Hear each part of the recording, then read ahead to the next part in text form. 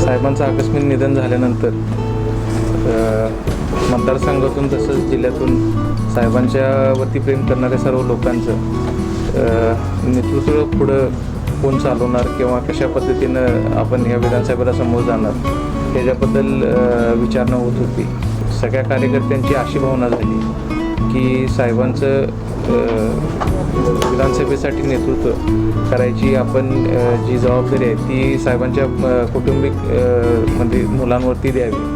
राजदादांनी असं ठरवलं की येत्या विधानसभेला करील विधानसभा मतदारसंघातून PN पाटील गटाकडून माझी उमेदवारी त्यांनी निश्चित केली.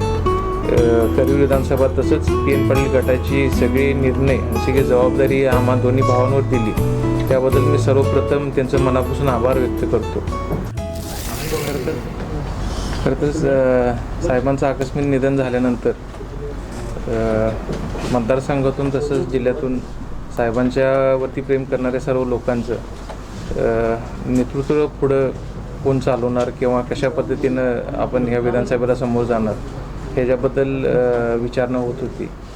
ह्याच सगळ्या गोष्टीला ह्या पार्श्वभूमीवरतीच आज सकाळी साहेबांच्यावर प्रेम करणारे जिल्ह्यातील सर्वच कार्यकर्त्यांचा आज एक मेळावा झाला आणि त्या मेळाव्यामध्ये सगळ्या कार्यकर्त्यांची अशी भावना झाली की साहेबांचं विधानसभेसाठी नेतृत्व करायची आपण जी जबाबदारी आहे ती साहेबांच्या कौटुंबिक म्हणजे मुलांवरती द्यावी.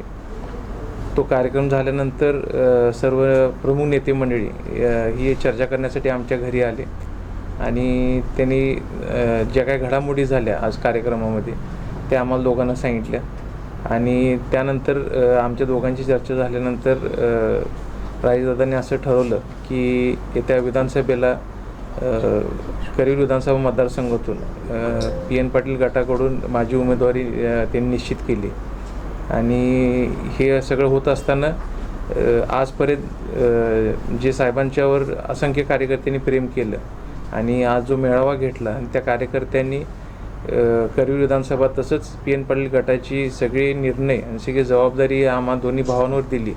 त्याबद्दल मी सर्वप्रथम त्यांचं मनापासून आभार व्यक्त करतो आणि एवढंच या निमित्तानं मला बोलायचं.